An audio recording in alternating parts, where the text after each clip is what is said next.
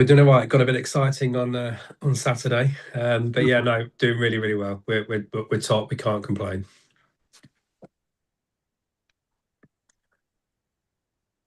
And one of the only teams in the Southern League that, without fail, sends me their highlights every week. Yeah, we've had a lot of goals. There's been lots to record. Well, there's a guy going to join us later on, and you're talking about lots of goals. Bloke called Craig Reddy's one of the coaches down at Merthyr Town, and they're just like crazy. The amount of goals that goes in down there is just unreal. I think that's last time we looked, I think it was about 60 odd goals, 60, 70 goals or whatever it was, but either way in games, just mental. Right. And they're doing really well considering they've lost their top striker as well. So he's gone to Forest Green. In this window. Yeah. Yeah. Yeah, he went to Forest Green in this window. Yeah. Ricardo Reese. Yeah, he went there. He's I don't know if you've seen the video of him this week. Someone's had a, I can't think who they were playing at the weekend because he's under Robbie Savage. He's got the Robbie Savage as a fellow Welshman, and he gets a bad tackle on him, and basically old style non-league. Next time the bloke gets the ball, whoosh, he just kicks it straight up in the air and gets his own back. He's absolutely brilliant. Scored 2 goals on his debut.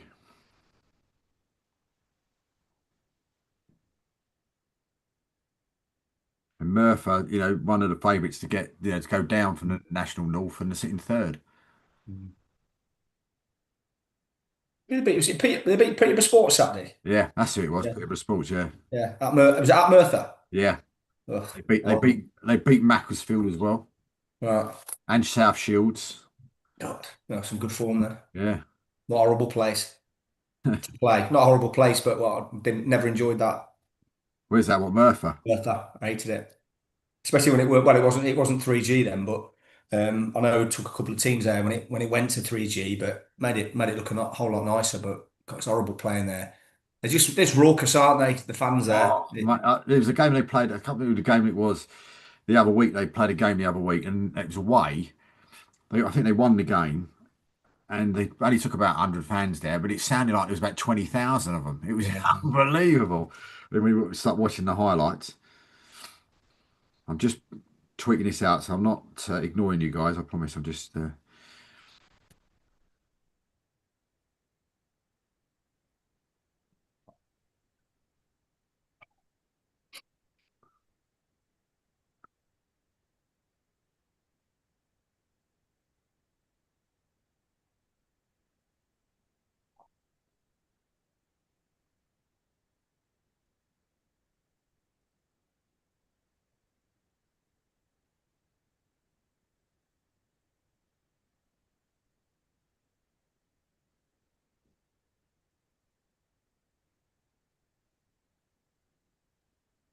With so many groups, and it's just crazy. You just got to find them. They don't all stay at the top. They always disappear down the bottom somewhere.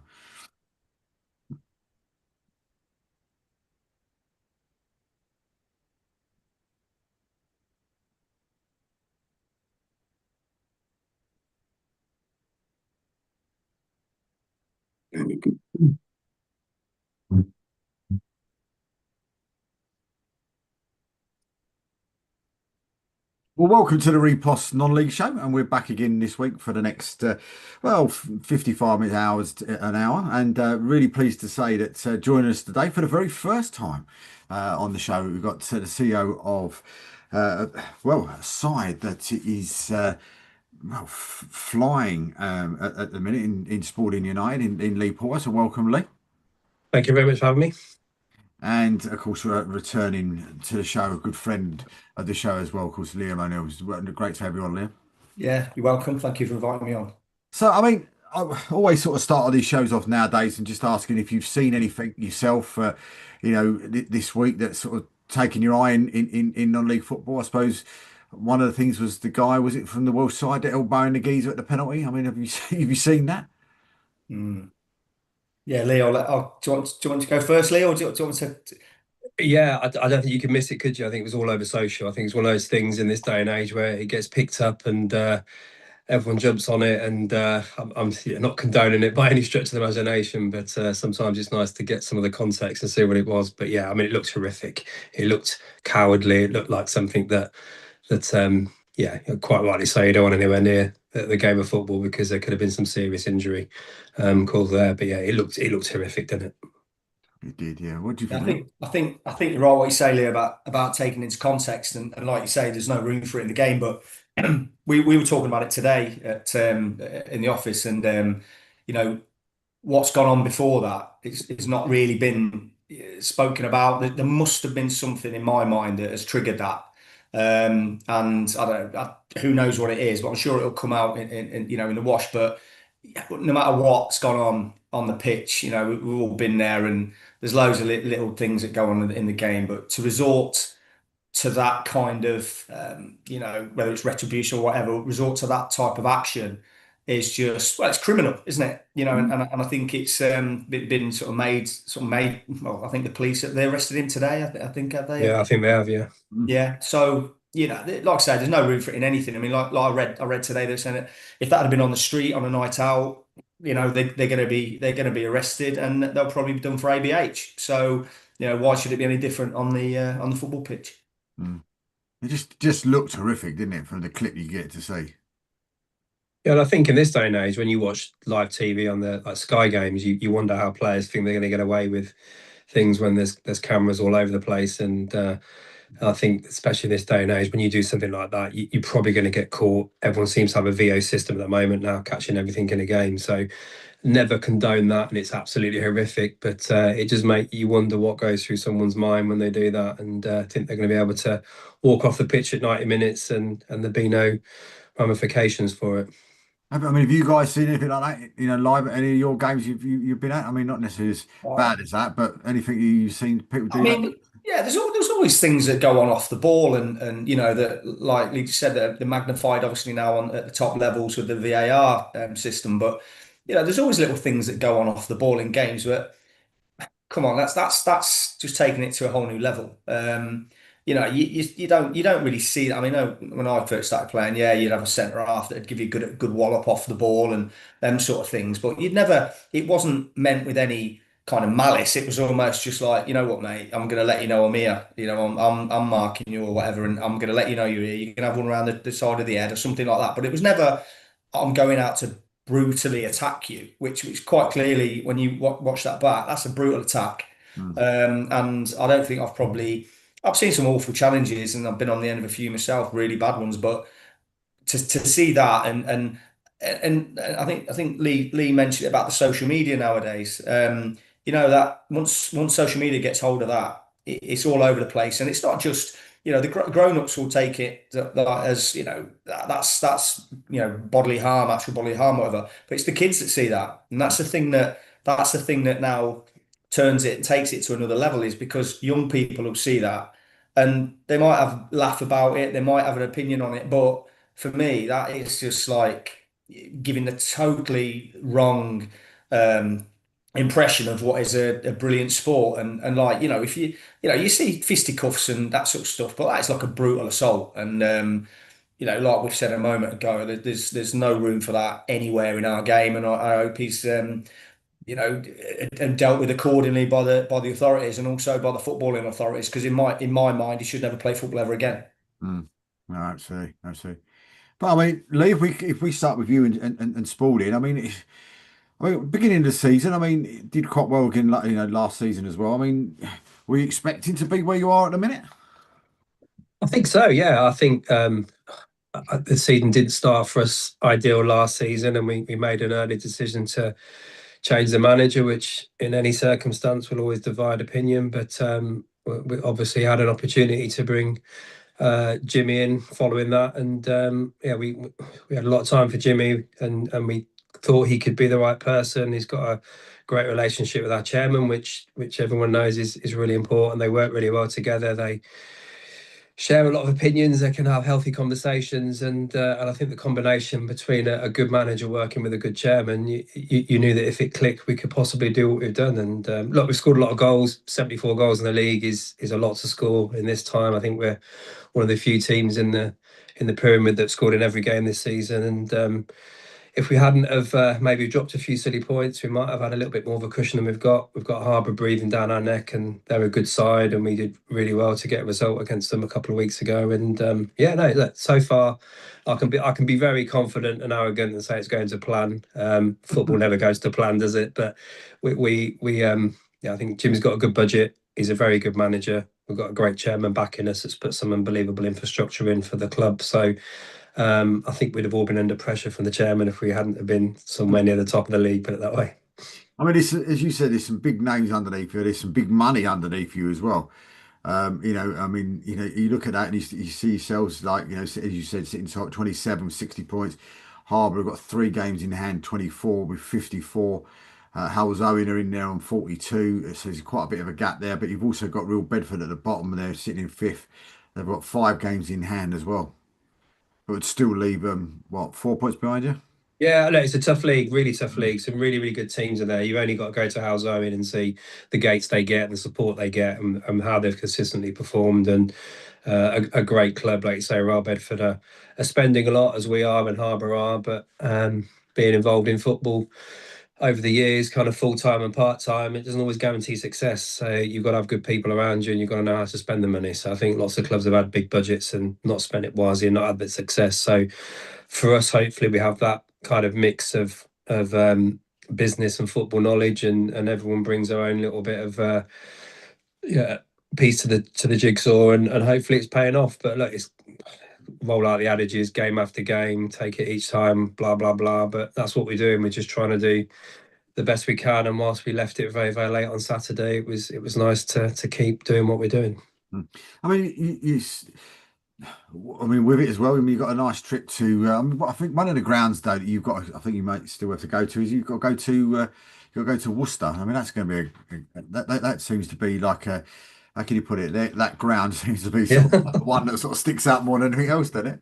It's a bit like when we went to Telford last year. I mean, that's unbelievable, and like we have a healthy away support in our average home gate's about 600, and we can sometimes take, I think, about 200 on Saturday. But when you go to somewhere like Worcester and Telford, we're rattling around a little bit in the away end, so it's a bit of an anomaly. But yeah, look, you look at the stadium, you look at the setup they've got there, and it's great. It's one of our last games of the season, so let's hope we go there and we've got something to play for or to celebrate, because it'll be a lovely place to enjoy a day out. Well, if you want a bit of a laugh, when Craig does come on, just ask him and just say to him, "I hear your favourite ground is Telford," because Yeah. you might get given the story. It's quite funny. But he's quite funny. But I mean, you've got a couple of home games coming up now, though. You've got Banbury and Bishop Stortford to come up. I mean, a club that's quite close to where I am in Bishop Stortford. Then Sudbury away, Alvechurch at home as well. Yeah, again, I think it's like I say, we've been this is our, obviously we got promoted and just missed out on the playoffs, and this season we've just noticed there's no easy game, and it's another cliche being thrown out there. But you look at some of the teams we play against, and Bishop Stortford had a great start to the season, and Sudbury is again a tough team to play against, and we got absolutely done over in Banbury at the start of the season. So we need to try and put that right. But that just shows you when you're not on your game in this league, and as it showed on Saturday, we were 3-1 down with 5 minutes to go, and we well and truly got outplayed to a certain extent in elements of the game, but luckily pulled it round. But yeah, look, we've got a tough run in. We've got to be on it. And look, Jimmy's a great manager. He can motivate people, and I think with Jimmy, you know the standards that you have to deliver, and he makes that very very clear. And one thing we're not concerned about is a Jimmy Dean squad being organised and up for a game. So that's a nice kind of box to tick for us. What's Quorn like? What's Quorn like? Because I mean, it's everybody just sees the name, and especially new to the league this season, you look at the name and you think, oh, okay, but that seems a weird name for a football Yeah, club. I didn't realise that was where Corn was actually named after. So I did Google it before I went, but allegedly that's no. Look, it's a team. They're just outside of Loughborough. It's a nice little setup. They've got a plastic pitch and then a bar and a clubhouse down one side, and really nice little setup. But I think Jimmy did a bit of an interview afterwards with after the game, and made a bit of a point of saying a little piece on Corn as a club. And I think with all the respect in the world, a team that's probably full of players that have predominantly performed the league below. They absolutely walked step forward and got promoted, and they're doing so well and play some really good football. I think, don't get me wrong, I think we didn't have a couple of goals disallowed, and we probably weren't at our game completely, but they gave us a really good game and a really good team. And I think it's testament to coming up into kind of 4-3 or maybe 3-2 and understanding if you have a good squad and you keep them together and you just work hard and you play good football, they put the ball on the floor. They've got some good players like Zach Goodson, who's been around the leagues, and other players as well. And their player manager was very good in the middle of the park. So yeah, really impressed with them as a team. Really impressed with that, with the setup, and also they're doing really well. They were third place before we played them, and their budgets probably won't be as big as ours, and their infrastructure's not, and the area they're from is not as big, but they're definitely performing to their doing themselves really proud. And I take it you're, a Jimmy team as well, always play to the final whistle. I mean, Liam, if you haven't seen it, the score was 3-1 on 85 minutes, and Spalding scored 86, 95, 97. I did, yeah, I did see it. And one of my mates is actually the manager of Corn, Ryan Bezic. Oh, And yeah, and like you said, I mean, he when I was assistant manager, and then he played for us when we were in the Conference North, and we got him from Solihull Moors, and he doesn't look the athlete that a lot of these players now look like, but his left foot is something else, and he's just such an intellectual footballer. And I think the reason that Corn have done so well over the last, and we've alluded to, they've done well over the last couple of years, is they've just got that spirit, and he's got a really good group, a real close knit group. I know Bez would probably admit to this, but I think he's more of a man manager than a coach, and he's got good staff around him. But his dressing room is probably the most important thing. No cliques in it, and it has to be harmonious. But one thing about him, he's a born winner, Bez. And to be fair, he must be about 83 now. So I mean, how he's still getting around the park, I really don't know.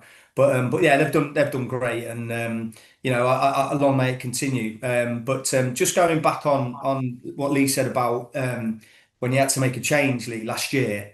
Elliot Sandy was yeah, got you, yeah. So how did that? I mean, you know, like you said, unpopular opinion in some quarters, probably popular opinion in others. It's game of opinions, right? But how did you what? Obviously, it's worked. But is it? Because I've never been in this position. Is it a really, really difficult decision, especially when you've built a really good relationship with Elliot's a nice guy. Yeah, look, Elliot's a lovely lad, and you can't help not liking him as a person. And I'm probably a little bit too soft in those elements. And you get attached to a manager and you work with him closely. And I think, look, whilst we're very kind of we're a private club, as in there's certain things, as you know, for football that you can go out and talk about, and those that you can't. And I think this is one that we can't do too much with. But I think from that point of view, I think the way I've kind of explained it is you're in constant communication. You're observing every element of a manager's role, whether that be friendlies and training and transfers. And look, Elliot didn't commit a crime. Elliot didn't do anything that was going to harm his career moving forward. And it's great to see him at Rushton and doing well. And he will do well. He was a great player, and he's a good manager. And I think from that point of view, some scenarios just don't work out. And I think there's an element there where what we wanted to achieve wasn't being achieved. And I've had conversations with him at the time, and so did the chairman, and we did what was right for the club, which we'll always do. And some of those decisions will be unpopular, like players. You have a player that's been with you for years, and people say just keep signing him, and he's a legend. But you've got to understand that there's lots of other things, and you know better than anybody. There's the only people that know what really goes on in a football club is those that are involved in the football club. So we'll always try and do the right thing. We try and it's about the club. It's not about me. It's not about Jimmy. It's not about the chairman. It's not about Elliot. It's about the football club. And every day we look at what's best for the football club and what we can do. And look, it's great now to sit top of the league and to be on a winning run, and knowing that some of the decisions you made might be right. But yeah, I think you have friends in football, as you say, and I've spoke to Elliot a few times after, and yeah, we wish him all the best, and he's welcome back at the club at any point. I mean, Lee, tell us a little bit about Spalding because he's agreed. Probably a lot of people don't know too much about the club itself. I mean, tell us a little bit about it. For the infrastructure of the club. Yeah, I mean, we got involved about 4 or 5 years ago, and it was I've been involved in football full time, and as a coach and as a manager and a player, and I can remember the chairman just saying, look, let's have a look at getting involved in football, and can we buy a football club? And our chairman's very successful in business, and has far too much to do during the day without having a football club fall in his lap. But he took that on, and I think Spalding, when we spoke to them, was about to go under. It had a gentleman who was a chairman who's currently spending time in jail for fraud, and the club was an absolute mess. It had absolutely nothing. It was playing on a council pitch, and it owed a few quid to players and people associated with the club, which the chairman felt was important that we go in and pay back. And we ended up getting the club and kind of building a new business and creating something that was really ground zero. We didn't have a ball, a kit, and it was so bad it was good, I think, was the phrase that I used when I was trying to appease the chairman when he saw our first game of football, which was particularly rough. I remember him turning around to me saying, "What have you done?" And it was a joke and it was in jest, but it was a lot to do. And to be fair, he's from day one got involved and pushed the club forward, but in the right way. Wants there to be infrastructure, wants there to be revenue generated, and he was a very big part of us getting a lease from the council for the grounds. We have a 25-year lease, and he's put probably 1.2, 1.3 million pounds into the club in the summer to enable us to upgrade the floodlights, put the 3G down, more covered standing and seating for the fans, and modernise the bar. But look, what we're not doing is we're not creating something that's unrealistic and unreasonable. We're creating something that can last a long time. And Spalding as a town, and I don't suppose anyone that's officially involved won't mind me saying, it needs some help. It needs something to galvanise it. There's a big shopping facility outside of Spalding that pulls a lot of people out of the town centre, and we are right in the town centre. We are within a stone's throw of the bus station and the train station, and we're banging the town centre. And we took the ground on. We've done a lot of work with it, and we've got unbelievable group of volunteers that have been down there probably every day in the last 4 years, helping us make that facility better. And look, we need the right facility, we need the right manager. I think we've got that for step 3 at the moment, and hopefully the fruits of our labour are coming back. But the attendances were about, I don't know, 30, 40 when we joined. We're now just over 600, and our last 2 home games were, I think, 1,200 and 1,300. Big games against Stamford, a local derby, and Harborough. But I think it shows, if you put the hard work in, and it hasn't been an overnight. We're not throwing money at it blindly. Does Jimmy have a good budget? Yes, he has a good budget. We're not denying that. We're very competitive in our league, and we're lucky to have the opportunity to do that. But we're trying to do it in the right way. We've got a women's team. Our youth now train at the ground. We've got other areas as well we're looking to develop, but it's all about generating a club with infrastructure and that can support success on the pitch. But as we all know, with any football club, if you're winning games and cups and leagues, then more people will come if you're not. So if we can do both in tangent, and if Jimmy can keep winning, then we'll try and keep up with him off the pitch when we keep jumping the leagues. It's quite funny because I know my sister used to live in Spalding until she moved to Norfolk, and now my other sister lives in, is it Louth? Yes, yeah. Not sure how close that is to Spalding. I have no idea, but It's close. Yeah, it's not too far away. So I mean, with it though, so I mean, when you first joined them, was there any sort of youth and ladies teams in there, and more senior teams, or is that something that you and the chairman and the rest of the committee have actually sort of built up? Yeah, no, look, we've got myself. So Andrew's our chairman. He runs. We've got his son Harley, who's involved in a lot of the infrastructure stuff. So he's got involved very, very heavily and very passionate about the facility. And it's great to see again what he's doing and the work he's putting in, which is phenomenal. We had a very small youth setup, which was being kept alive by some volunteers, but they'd actually renamed themselves to distance themselves from the club. So it was quite nice to bring them back under the umbrella and call themselves Spalding United again. And but yeah, things like Women's and a number of the teams didn't exist until it's an exciting proposition. The people in Spalding are excited, and we've had some big games, and hopefully the biggest games have come. So I think with that, we've had more people want to be involved, and our youth come to the games and their mascots, and to see. And I think we've got mini soccer right up to under 18s midweek. So to see some of those junior teams turn up in their kits and walk out and kind of be galvanised is great to see. So I think that Spalding just lacks facilities. You can't train in the winter in Spalding. There's no all weather pitches. So for us, it was the purists out there obviously would like you to play on a bowling green and keep it grass, but for us to have that facility bang in the town centre, and what it can do to develop the club as a whole, and scholarships will come in next year and more junior teams will increase next year. So it just enables us to create a facility which is multi-use and is not just used once every 2 weeks. And the football is benefiting from the surface.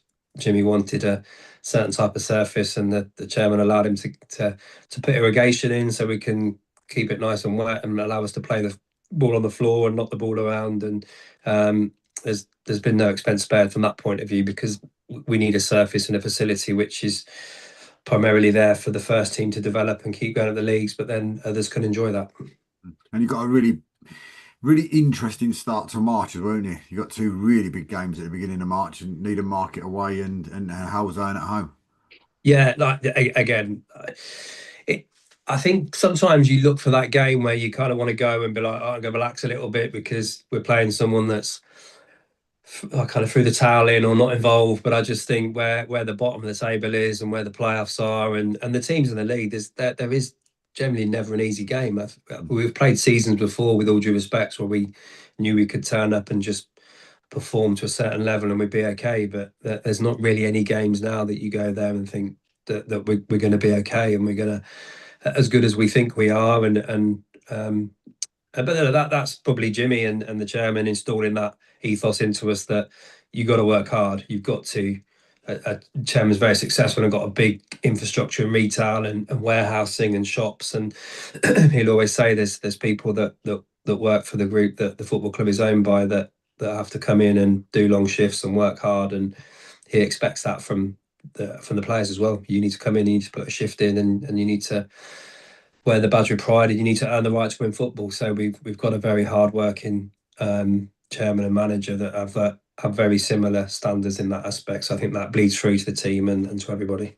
I mean, is the club, set up to go up to? I'm assuming you'd be going into Enterprise North as it stands. Yeah, 100%. We are desperate to get to the National League. We need to get there sooner rather than later. And we're disappointed it's took us 2 seasons instead three to try and get out of it, but we're in a better place than we were last season. But yeah, absolutely, we did a lot of work in the summer to make sure that we had a good facility for step 3, and we'll do all the work necessary in the summer to make sure that we meet those ground grading standards for the National League. But we've got some great teams in and around us, like Boston and Kingsley and Peterborough Sports. We want to be in there with them. We want to be causing trouble and getting involved, and hopefully engaging more people to come through the gates in Spalding and get behind the story. And yeah, we just want to keep pushing. We're never satisfied with where we are. So for us, I think bare minimum for us is National League, but we understand it's not a God-given right, and we've got to work really, really hard, and a bit of luck's got to go our way. But we'll keep trying until we get there. And maybe you never know. Next year, if the cards fall rightly, you could have a nice Tuesday night trip all the way to South Shields. Yeah, and obviously we're near Peterborough, so seeing Peterborough Sports have to go to Merthyr probably did give us a little bit of food for thought. But you look at some of those trips, they're certainly not as regionalised as we're currently. We always seem to be in Birmingham at the moment, so we're not around the corner, but a lot of our games are around there. Well, we worked it out. Just as a laugh when Craig came on the show the other week. They played Tor Point. I think it was in the FA Cup, Merthyr. That all the way down in Cornwall. Wow. And of course, then they played. They've got to go to South Shields, and we worked it out like the journey time between the two areas, and it was almost 10 hours between those 2 points. Just crazy. And the mental stuff to traveling is crazy, isn't it? Yeah, I think it does as well. And I think, like you say, it's at the moment where we're part-time, we train twice a week, and we don't really travel anywhere on coach. A lot of lads drive, and I think clubs at every level going up to that league is great. But then you've got to look at more journeys on a coach and overnights, and that puts all sorts of pressures on. And look, the good thing is we've got a manager that's done the business in step Been there, two, and done it. he's performed in step one. So we learn a lot of him, and like I say, he talks to the chairman on a regular basis, and I'm sure we'll be educating him on what he needs should he get promoted. Probably one of the most determined managers I think I've ever spoken to. Yeah, like we love him to bits, and we don't just say that. We are very much kind of jeans and t-shirt kind of owner, kind of directors of football clubs, and our owners the same, and we like standing behind the goal, and we prefer to work with people we can have a beer with. And I think for Jimmy, he's phenomenal. He's such a good person. He's on it 24/7. He'll still be talking about that one goal where the left back didn't do what he should do when he's meets you for the next game, and he's yeah, he's brilliant. But we need that. We need intensity. We need experience. We need knowledge. We need enthusiasm. We need passion. And Jimmy's got that Mm. in leaps and bounds. And as you know, you can't not like the bloke as well when you meet him. He's very respectful, very knowledgeable, and like I say, at Corn, he took time to really praise their manager and the way they played football, and he met him in the bar afterwards, and he was very kind of like, I'm not patronising you. I just think Mhm. you've done a great job, and just because you've been on the end of a bit of a collapse, that's not what you are as a person. And it was just really nice. It was really nice to see Jimmy taking the time to do that, and it was really nice to see that the manager kind of not looking up to him, but looking up to him and thanking him, and kind of reciprocating. And I think in football, it's a lot about egos, and everyone tries to impress everybody and tell how great you are. But sometimes it's a little bit of human, a bit of integrity goes a long way. And yeah, I'm saying that because he's top of the league. But if he's not top of the league, I might not be as complimentary. But at the moment, he's top of the league. He's a lovely guy, and yeah, long may he stay. And of course, Jimmy was coming on tonight. He's had a few issues at home, so unfortunately he's not with us, and we send our love to him and the family as well tonight. But Liam, I mean yourself, I mean, tell us what we know what you're up to. Yeah, so I run the football education program at Rugby Town, Step Four Club, and yeah, it's brilliant to be sort of back home, so to speak, at Butlin Road. We've got a brilliant the facilities. I mean, the stadium probably been there several times, haven't you? The stadium at Butlin Road is a proper. It's probably it's a National League stadium. The pitch is great. We've got a training facility on site, so we've got a nine-a-side and a full-size 3G on site, right next to the stadium. So yeah, so we run our education program out of the stadium, and we've got approximately between 65 and 70 scholars at full time, between 16 to 19.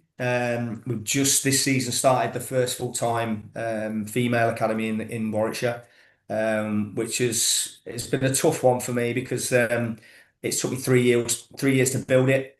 So it was a long term sort of project, and it was just knowing the right moment when to start it really, and it's sort of paid off so far.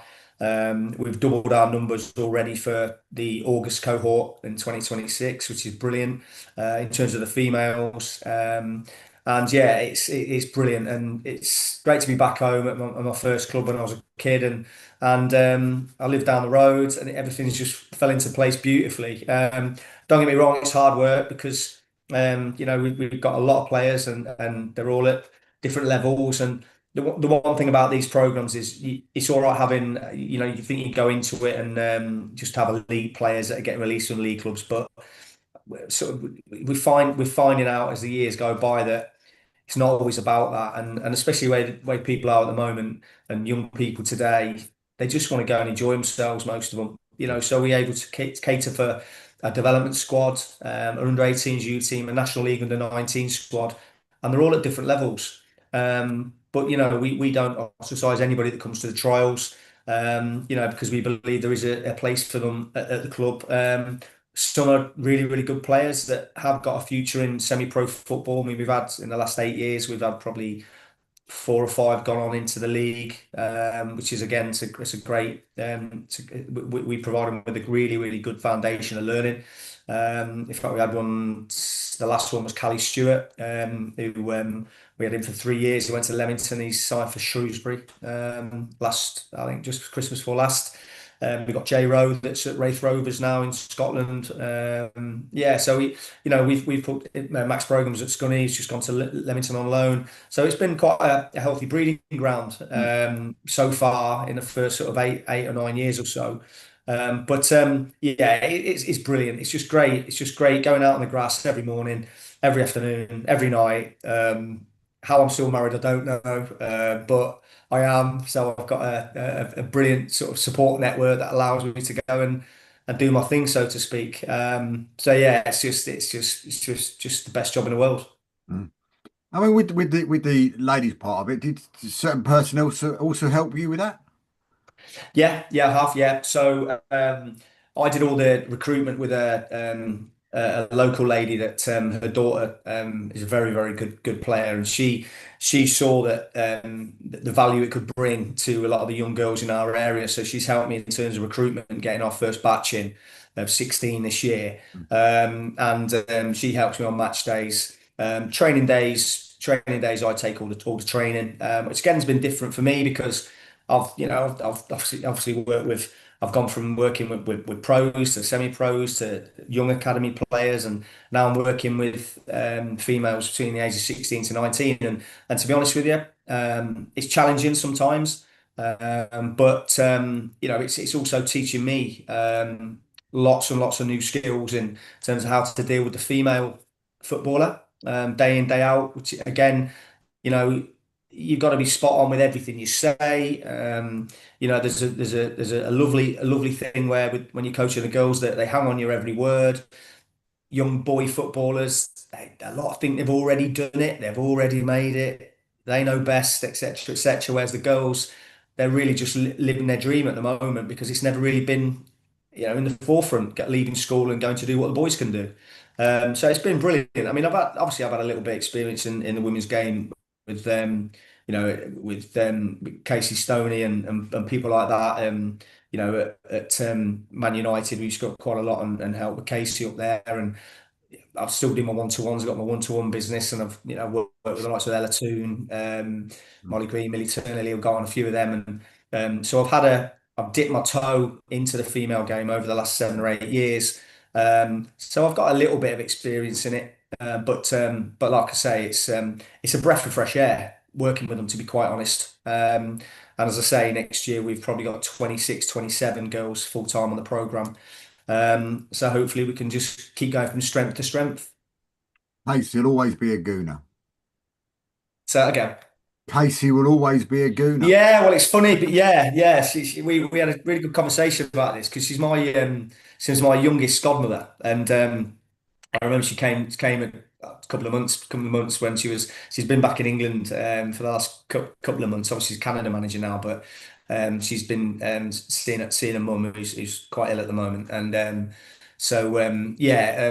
we have lots and lots and lots of conversations about Arsenal and when they won the FA Cup with Arsenal and stuff like that. But she's one of the most considering what she's achieved. Obviously, got United off and running and won the champ and got them into the WSL, and then won the National League with San Diego Wave. Got American Coach of the Year, and then obviously, quite rightly so, got the next job as a Canadian national women's team. But she's probably one of the most humblest, detailed, and hard-working coaches that I've ever had the pleasure of working with. And in terms of anybody that knows football, you want to young players want to look up at these senior ex-professionals and their coaches and be a role model.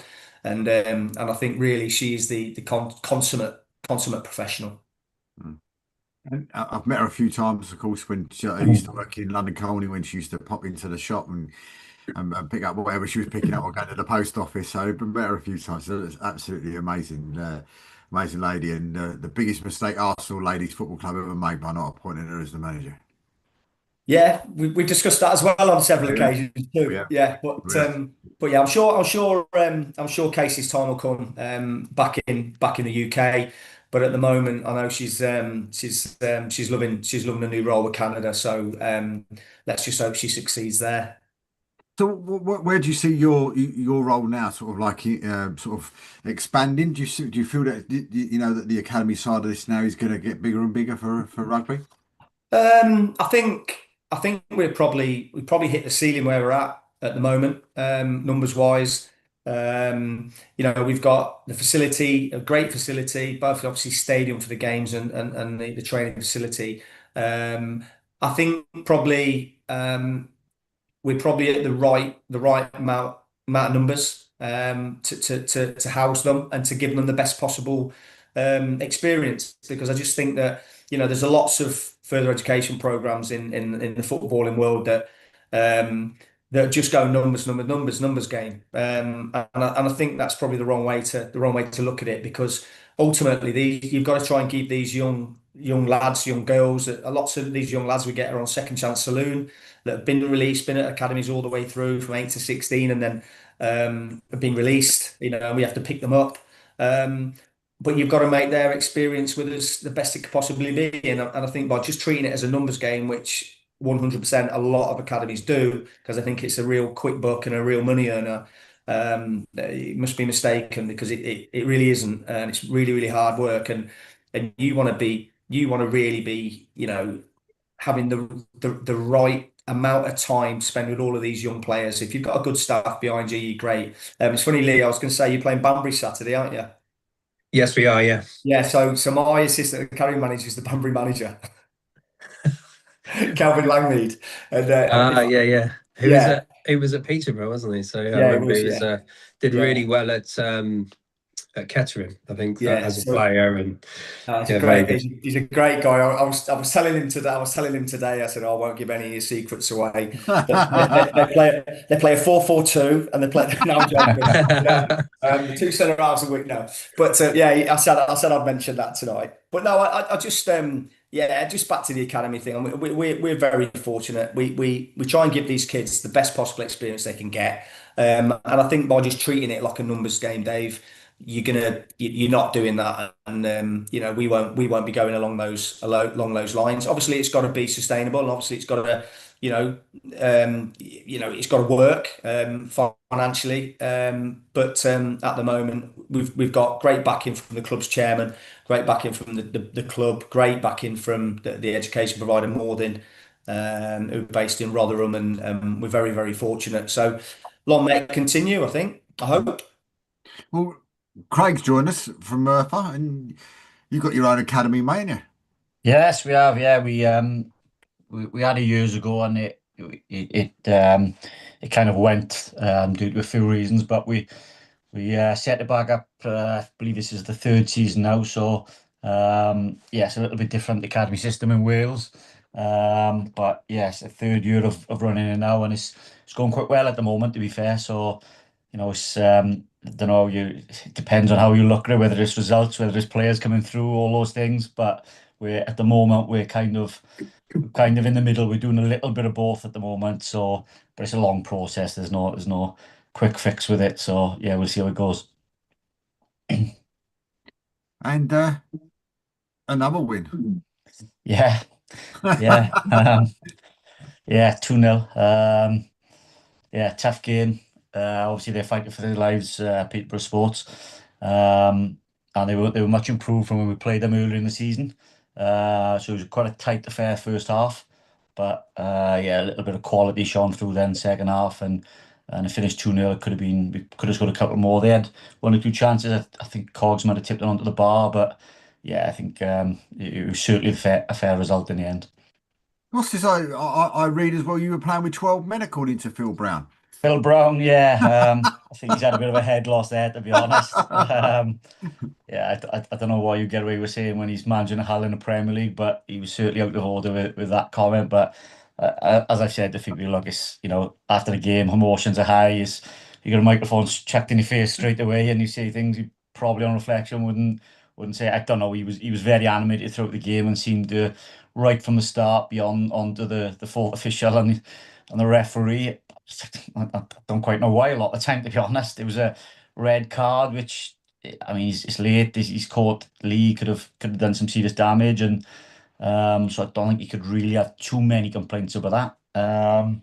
And the ref was quick to pull out. He was right on the inside straight away. So yeah, I think he probably got that right. And then there was another poor challenge later on. The lad got booked. It could have been a red card, to be honest, a bit like the Dallo one on the weekend, a little bit higher than that, but that type of thing. But the ref booked him, so no, no problems from us. We haven't complained about that, but he took offence to that. And yeah, there was a few things. I don't know whether that was masking a few other things, but yeah, look, it's that's for him to worry about. And yeah, I certainly wish we could have had 12 men on. It would have been a lot easier. It wouldn't have been such a tight first half, but no, it's a good win. We're talking about challenges. Did you see the challenge? We were talking about it earlier on, actually. I mean, a certain person that got badly challenged and it went straight back and kicked him in the air. Yeah, yeah, yeah, yeah. I have seen this. I think it's gone quite viral today. I think, isn't it? Did you Yeah. have you given him a call? So what are you doing, son? Come on, He pack up. messaged me Saturday night. He messaged me Saturday night. I said, "Have a look at this. This is the sending off." But he didn't show me that challenge. He showed me the second yellow, which wasn't. It seems a bit harsh from what I've seen of it. But he hadn't sent me that challenge, so I've I picked up my phone late last night, and it'd gone mad. There's all sorts of people commenting on it, and I think I saw Curtis Davis had commented on it today as well. But yeah, he's got that side to him, Rick. He has got that edge that you need to make it as a player. And yeah, I didn't see him put too many of those challenges in mind when he was with us. He didn't. He's worked hard on his discipline, to be fair. But yeah, look, I can kind of understand that frustration from him, to be honest. If I felt I'd been wrong like that and someone's tried to do me, I'm probably launching him on myself. So you can't do it. I know I'm not condoning it, but we've all been there in the heat of the moment and flown into one or two challenges that you shouldn't have. I think afterwards, yeah, maybe I shouldn't have done that, but no, I I think must I have should. missed. I'll be honest. I must have missed that. So he got sent off then, did he? I didn't. I must have missed Yeah, that. yeah, Got yeah, sent off early. he got sent off a second yellow later on. Yeah, I didn't see it. I saw someone Yeah, moaning about him on there. I'm thinking, what are you moaning about? Yeah, but I yeah, didn't yeah, yeah. realise he got sent off. But I mean, Lewis though, 2 goals for him. Yeah, look, I've said it a number of times on this program. We've got a lot of quality in the side and some good technical players who can produce that bit of magic to open teams up. We had Rick, obviously he's gone, but we've got Lewis Tramley, Kieran Evans, and a number of players who can produce a bit of magic at any moment. And at the moment, Lewis is flying again. But we could have had a few more. There's a few other players who could have got themselves on the score sheet this week. It was Lewis's turn. Last week, Coley's got a hat trick. So I think it just shows we got a good spread of quality players who can get goals for us. Fortunately, because they're going to have to replace the goals that are now missing. Lee was speaking earlier on, and he said one of his favourite places he goes with Spalding. He's Telford. Yeah, yeah, yeah, yeah. It's a Not, setup. I didn't say anything like that. yeah, yeah. Not like it's a lovely ground. It's a lovely place. I mean, the 3 miles they made us walk to the ground from the car park in the pouring down rain. And then back afterwards in the pouring down rain wasn't my favourite, I'll be honest. But in terms of grounds and the setup, yeah, it's lovely. It's just, yeah, honestly, I got 10,000 steps in on the way to and from the ground from the car park, to be honest. Is that right? That the big breaking news tonight is that the car park's closed at Murph on the 27th of January. Well, to be honest, our car park is it's actually sold out anyways. They sell off the spaces, so yeah, I don't know what happens with them. And to be honest with you, I don't really care either, if truth be told, now after that. But after Southport. Yeah, another long trip. God knows what time we'll be leaving Saturday morning for that. So, yeah, like I said, I said last week on here, the trips home are good. A few beers, some music, and I haven't looked at what fixtures are on to watch on the bus home, but I don't mind the trips home. It's just, the trips up there can be long, and I know you're talking about the game, but you have those nerves and all that. It's just that anxious feeling when you're on a bus before a game, no matter who you're playing or where it is. So it's not my favourite part, the trips to the game, but yeah, look, afterwards we'll have a few beers and reflect back on the game, hopefully with another win. But it was a lot of tough games, so yeah, we'll see how it goes. I'll just Google it here. It's a 4 hour trip. If Yeah, you thanks. I hadn't if looked, to be honest, Dave. I didn't really want to know. Truth be told, mate. So it's thanks a for four that. hour trip though, but that's at this time of night, 8 o'clock. Yeah, yeah, it's gonna be long, and obviously we'll have a few pickup points. So we'll that'll delay us, and then we try to get a stop in on the way for the boys to get off and stretch their legs. But we do we do have food provided for the players on the bus. There is Mike Graves and Evans on the bus for them, so they can do that. And if we push for time, we won't stop. But we do try to also get a little, even if it's just a 10-15 minute stop to Yeah. stretch legs before we go there. You just got to keep away, on journeys like that. Just try and keep away from golf courses. Yeah. Yeah, that's the tires blowing out and things like that. Oh, yeah. That's the issue with it. But yeah, we've been okay for a while, so touch wood, we'll be all right. Well, I mean, I was looking at the table, and it's still going really well, mate, isn't it? I mean, it's still, sort of the belief from the fans and the belief from the players and the coaching team now must be sort of getting more and more every single week. Yeah, I think whatever level you're playing at, if you're or we third in the league, I don't know if Mm. it's is it three or six off top. I'm not even sure what it is now Yeah, so it's three off top. So three three, off three, top. three So off top. South Shields 59, Flying 57, yourselves 56. Then there's a big gap to Kidderminster yeah, on 47, and even the last playoff place is 39. yeah, so the confidence that comes with winning football matches, no matter what level you're at. If you can go on a run and win football matches, that confidence comes with it, and naturally thoughts will wander to what the season could be. But at the same time, you take your eye off it, you lose a couple of games, and then you're thinking of what could have been. So, Mm. yeah, look, it's lovely to think and that we're in that position, and we can start looking at those playoff places and what the permutations could be. But we've got Southport away this Saturday. We've got Telford at home Tuesday. Then another long trip to Darlington. And if you were to lose those three games within the space of the week, all of a sudden it's a disaster, and pressure's on again, and you're looking at it that way. So we won't get carried away. We're punching well above our weight in this league for the budget that we've got and the resources at our disposal. So we will literally take it a game at a time, and see where that takes us. We did okay doing that way last year when we went 32 unbeaten. So if we could do that again this year, that would just be great. But yeah, look, there's no expectations, and we'll just take it as it comes. Mm. Because yourself and Spalding would have been in separate leagues last year, weren't you? Yeah, yeah, Yeah, yeah, South and Central. yeah. So, Lee, have you ever been to Merthyr? Yeah, No, played there a few times.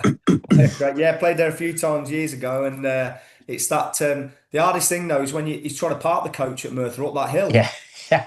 getting Do, you- into the ground, isn't it? But do you yeah, know I remember. Saturday, Peterborough stayed in a hotel just on the road, so I was getting to the ground.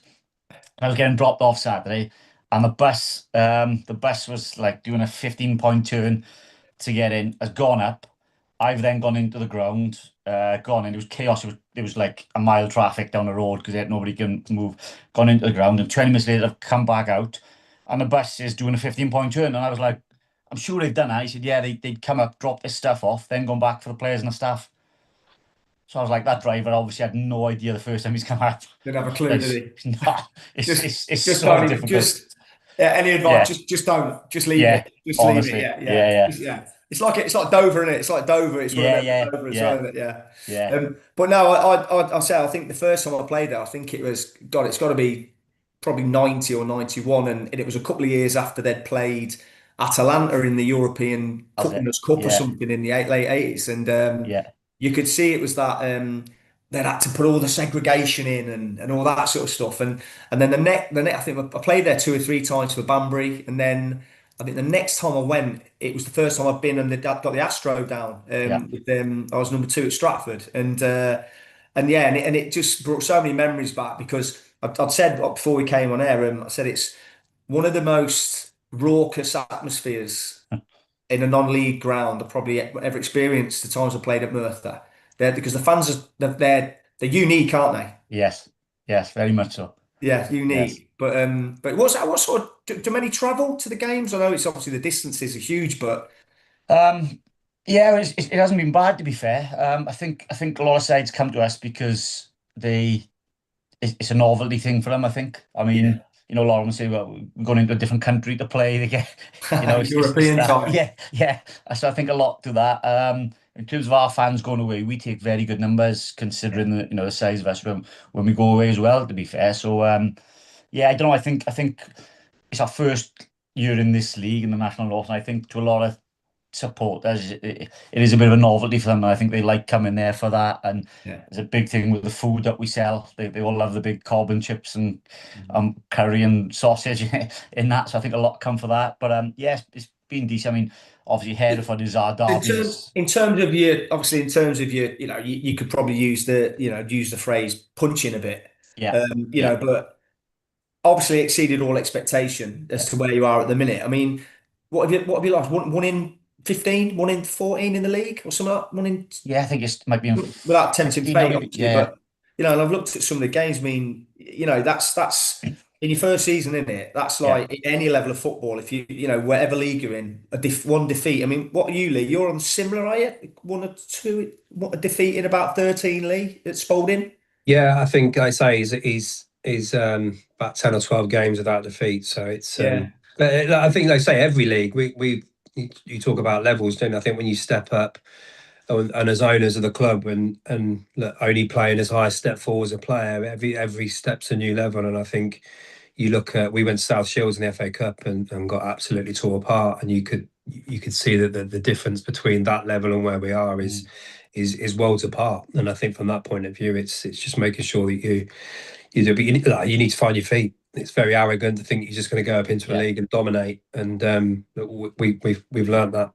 we when we got when I was at Leamington, it was the first year we won the Southern Prem by about 10 or 12 points, and then we went into the National North, and I think we finished about 11th the first season, and we finished above Stockport, and we were all sort of getting carried away with ourselves, thinking, yeah, we've cracked it, got relegated the next season.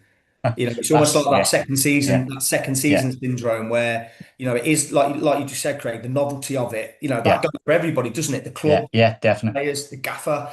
Yeah, And you think it's that second season where you think, right, they know a little bit more about Merthyr Town now. And yeah, it'll be yeah, obviously hope yeah. it'll just be interesting It's how it's interesting when we play sides the second time round now. I mean, yeah, our first game of the season was Southport at home. We were away to them this time. We've played a couple of teams twice now, but I mean, after 20 minutes, I remember sitting on the side of the field thinking, "Oh, we're in trouble here." These like the levels have gone up so much here. We beat them 2-0 at the end with two quite late goals, but I just remember sitting after 20 minutes thinking, "This is going to be a tough season because these are not fancy to finish high up." yeah, And we can't get near them. The physicality of it was totally different. I mean, we come from Southern League into the National League North, and even the refereeing is totally different. The amount, I guess, they let go in the North compared to what we used to in the South, that took some yeah. adjusting to. So it's going to be interesting when we play on Saturday and play sides for the second time to see how they deal with our threats and the way we play as well. To be honest, so yeah, the second season I got no doubt. We're hoping we're not into the second season. We've gone up again, but being realistic, I mean, yeah, it's going to be very interesting to be honest. I've been trying to get him to say that now all season, and you've managed to get him to say that in the first time we've been on. One in 15 Right, there you go. is what it Yeah. is. Yeah, 1 in 15. Yeah, yeah, yeah, yeah. And we got some tough games coming up as well now. So we've got Telford at home coming up. We've got Darlington away, and there's some real tough ones in a Kidderminster away, not too far away. So yeah, some very tough games coming up. But like I say, when you're on that riding out wave and the confidence of everybody at the club is up, you've just got to go with it and Right. long way continue. So yeah, thoroughly enjoying it at the moment. And live on Dazan as well, coming up as well. Yeah, so I'm told. I think it's two games they're on about Kidderminster and they're on about us at home to Chester today as well. I've seen them Oh, right, it's okay. been I didn't announced. So see I that. don't know how that's going to work because we haven't got a gantry for them. So unless they bring their own gantry, I don't see how that's gonna how that's gonna work. So yeah, I'm not sure. I don't know how much I want us to be on there. To be honest, I don't want teams to see our players if I'm being truthful. So yeah, I don't know about that. As long as it's after the window's shut, you don't Yeah, mind. yeah, we'd be all right. That's a good point, actually. Yeah, we Yeah. should book in. Well, they both are as well, so that's quite Yeah, handy. yeah, there you Yeah, go. Kidderminster on the 10th of Feb, which is the one. So in 3 or 4 games time. But I mean, Lee, have you been to Murphy yourself? No, we actually on the way back from Corn, we looked at the Peterborough Sports Score and saw they got well and truly beat, even though Phil Brown blamed the referee. But and our chairman did say that could be our league next year, and it's 4 hours away, so it made a trip to Birmingham very appealing. So I hope for your sake you get promoted, and I hope for our travel budget that we get promoted. So no, no, but I think you're right there. I mean, my when I was living with my parents, our next door neighbours from Mertham, and I can remember Right. having conversations with them over the fence, and he was telling me about all the big games he's gone to see and the European games, and Yeah, for us as well as little old Spalding with firm aspirations to get up there, you do look at teams like you say, like step two sides that you can go to, and teams that are in the league, and Mertha's kind of like you say, we will go to Wales and we'll stay yeah, overnight, and we'll yeah, play a team that's played some huge teams and has some huge events. So, but the distances do become very yeah, real when we're looking yeah, at step two north for us. yeah, yeah. It's tough. I mean, everybody comes to us, tends to stay overnight, but we're only doing 4 overnight trips this season because we just can't afford to do any more than that, to be honest. As much as we would like to do a few more, whereas, as I said, everybody comes to us because of the distance, because, yeah, we're staying overnight. So Peterborough stayed Saturday. We didn't do overnight, and we went to Peterborough, R4 up in the northeast. So it's South Shields, Spennymoor, Darlington, and I forget the other one now off the top of my head, Scarborough, maybe. Um, they're the only 4 night overnighters we're doing, whereas the others, like I say, they do a lot more than that. So it's just trying to do it within your budget and or whatever, but it's so difficult trying to juggle all those things when you're not used to doing that. And you've also got took with the novelty of for the supporters and people coming to us, but it's also for our boys, they're not used to doing the overnight stays. So that becomes a bit of a novelty, and then trying to make that kind of the norm when it's never going to be the norm, so you're not going to afford it for it to be the norm. You've got challenges and come with that as well in terms of, they're excited on the Friday for the trip when you do it, and then you got to decide, like, are you going to get up early for breakfast? Are some of them going to have a lay in? What's their normal routines? Trying to keep it as normal as you can. All those things. So there's so many challenges with it, and with the travel, it is far more difficult than people realise. And for this season in your league, what's that one club that you've been to where you've kind of been really impressed with the setup and everything, where you've realised you're at a club that's I doing it think properly and destined for higher things? I think Telford. I think Telford's ground of things it was Telford, fantastic. yeah. It really was. It was superb, and the pitch was excellent. But I think Macclesfield, when we went to Macclesfield earlier in the season, and I know they've just had that success now in the FA Cup, which has been brilliant to see. But yeah, I think we went there, and having seen making Macclesfield in that program and all that to be there, the ground and the kind of the way they looked after us was absolutely superb. And you just think this is a different level to what we used to hear. It was fantastic. I think that would be the standout one to be honest. It helped that we won as well, so on a long Tuesday night trip. So that definitely helped. But yeah, no, I was, you go into there and have the food, even the food they provided us with after, and they give us dessert, which is out of this world, and it was just fantastic. Yeah, it was just like a different level, to be honest. As we said before, the amount of big sides that, from back in the day, I can remember. I don't want to say everybody else because I don't want to put you in the same age bracket as me, but if you really look back in the day, yeah, as you said, Macclesfield's, Darlingtons that are in that league is just incredible. It is, but so some of the people were in it, like say Phil Brown was there on Saturday, and to be honest, a lot of people didn't realise that Phil Brown was there. A lot of the players didn't realise, so we put a little bit up before the game about them in a pre-match meeting, and a few of the boys were saying, "I recognise him." I mean, they're quite young. Our teams, I'm sure I know him. And obviously the famous one is when he's doing his team talk on the pitch. Yeah, yeah. So, and that a lot of people couldn't believe that he was there then managing a team. Obviously Macclesfield, Wayne Rooney's brother, but Francis Jeffers was his assistant to John Rooney there. So that, that people are seeing that. And then I think it was Scarborough in it that ex-manager player Jonathan Greening was his manager there. And just things there, these big names now and people with a lot of experience at the top level. And to see us competing with with that, and like you say, with some of these huge, massive clubs, it's yeah, really is a joy to be part of. Mm, no, absolutely. And a lot of positive feedback about Paul from last week as well, just to let you know. Yeah, and it doesn't surprise me. It doesn't surprise me. He's yeah, he's a very well spoken guy, and he knows what he's talking about as well. To be fair to him. Well, listen, guys, time's run away for us. I've really enjoyed tonight. I really have. It's been a fantastic night to have to chat with you all and to meet new friends and of course old friends as well. So, massive thank you to Liam, to Liam. Please send all our best wishes to Jimmy and family, and of course to Craig as well. And Craig, of course, will join us again next week. But until then, massive thank you for watching and good night.